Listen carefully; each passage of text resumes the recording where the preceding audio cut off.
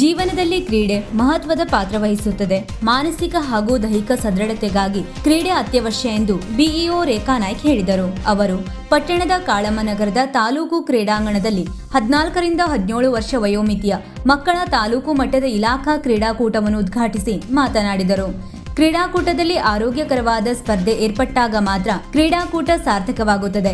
ಕ್ರೀಡೆಯಲ್ಲಿ ಆಸಕ್ತಿಯಿಂದ ಭಾಗವಹಿಸುವುದರಿಂದ ಆರೋಗ್ಯದ ಜೊತೆಯಲ್ಲಿ ಸಹಬಾಳ್ವೆ, ನಾಯಕತ್ವ ಗುಣಗಳನ್ನು ರೂಢಿಸಿಕೊಳ್ಳಬಹುದು ಎಂದರು.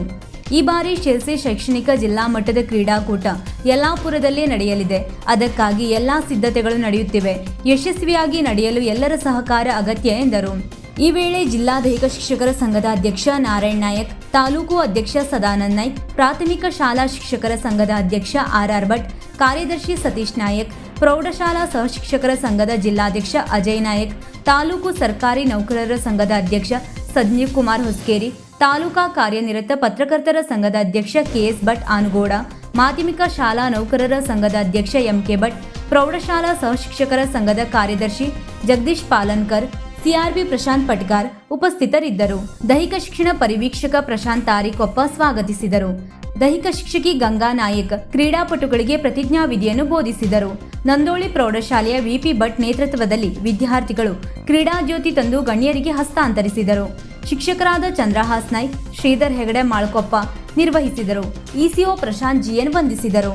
ಸೋಮವಾರ ಸಂಜೆ ಡೋಮಗೇರಿಯಲ್ಲಿ ಮೈಮೇಲೆ ಮರ ಮುರಿದು ಬಿದ್ದು ಮೃತಪಟ್ಟ ಹೋಲಿ ರೋಜರಿ ಪ್ರೌಢಶಾಲೆಯ ವಿದ್ಯಾರ್ಥಿನಿ ಸ್ವಾತಿ ಖರಾತ್ ಆತ್ಮಕ್ಕೆ ಶಾಂತಿ ಕೋರಿ ಮೌನಾಚರಣೆಯನ್ನು ನಡೆಸಲಾಯಿತು. ಪಾಲಕರೇ ಮತ್ತು ಸ್ಪರ್ಧಾಳುಗಳೇ, ಇವತ್ತಿನ ದಿವಸ ನೀವು ತಾಲೂಕಾ ಮಟ್ಟದ ಕ್ರೀಡಾಕೂಟದಲ್ಲಿ ಭಾಗವಹಿಸಲಿಕ್ಕೆ ಅತ್ಯಂತ ಹುಮ್ಮಸ್ಸಿನಿಂದ ಬಂದಿದ್ದೀರಿ. ಹಾಗೆ ವಾತಾವರಣ ಒಂದು ಒಳ್ಳೆಯ ಅವಕಾಶ. ನೀವೆಲ್ಲರೂ ಪ್ರತಿಜ್ಞೆಗೈದಿದ್ದೀರಿ. ಯಾವುದೇ ನಿರ್ಣಯಕ್ಕೆ ಬದ್ಧರಾಗಿರ್ತೇವೆ ಅನ್ನುವಂಥದ್ದು. ಆ ನಿರ್ಣಯವನ್ನ ಗೌರವಿಸುವುದನ್ನ ನಿಮ್ಮ ಜೀವನದಲ್ಲಿ ಯಾವತ್ತೂ ರೂಢಿಸಿಕೊಳ್ಳಿ. ಹಾಗೆ ಇವತ್ತಿನ ದಿವಸ ನೀವು ಒಂದು ಸ್ಪರ್ಧೆಯಲ್ಲಿ ಭಾಗವಹಿಸಬೇಕಂತ ಅತ್ಯಂತ ಸ್ಪರ್ಧಾ ವೀಕ್ಷಕ ಮಹಾಪ್ರಭುಗಳೇ, ನಮ್ಮ ಚಾನೆಲ್ ಅನ್ನು ಸಬ್ಸ್ಕ್ರೈಬ್ ಮಾಡಿ, ಶೇರ್ ಮಾಡಿ, ಪ್ರೋತ್ಸಾಹಿಸಿ.